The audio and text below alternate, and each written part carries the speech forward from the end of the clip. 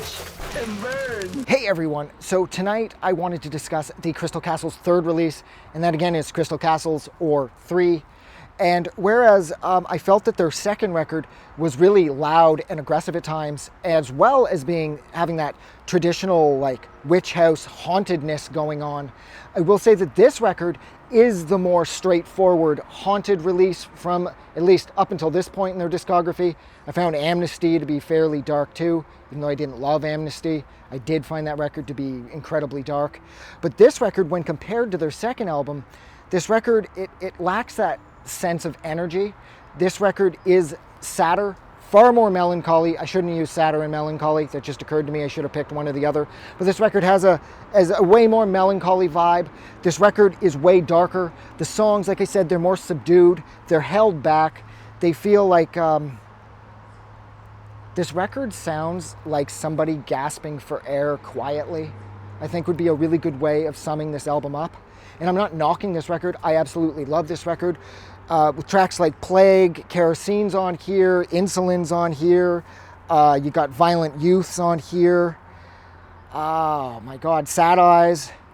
With these songs, they really form like together. They come together to sort of create this like collective sense of dread, like a quiet sort of cemetery dread, like a cemetery sense of dread, where there's nothing really bad happening, but the mood carried out throughout each of these tracks, it gets heavier and heavier as the record rolls on. And whereas with their first two albums, there was a greater sense of energy. There seems to be more of like a focus on how this would sound if it was played at a party. And these songs on this record, I don't know how well they would fit in a party setting. These songs would be better suited for a bunch of people sitting around a graveyard, reading poems, burning candles, and drinking coffee.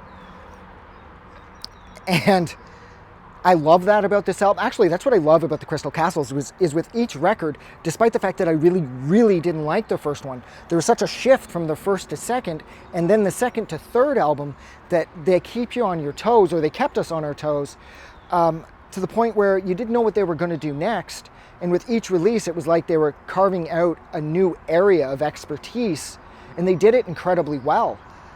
And it's too bad that this band fell apart, because it turns out that Ethan may be a fucking scumbag. That sucks, because the music Ethan and Alice created together was absolutely mesmerizing. And this record, that couldn't be better shown or better displayed than it is on this album. It seems like their songwriting capabilities have been stepped up a bunch too, from the second record to this record. So it's just too bad things fell apart the way they did. So I think I'm going to stop there. The sun's in my eyes, and I don't want to start repeating myself. I'm trying to keep these shorter. So thank you so much for hanging out with me for a few minutes while I discuss the Crystal Castles' third album.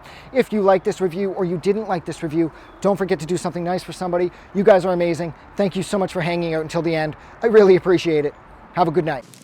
I just wanted to say thank you for making it through the entire video. I really appreciate it.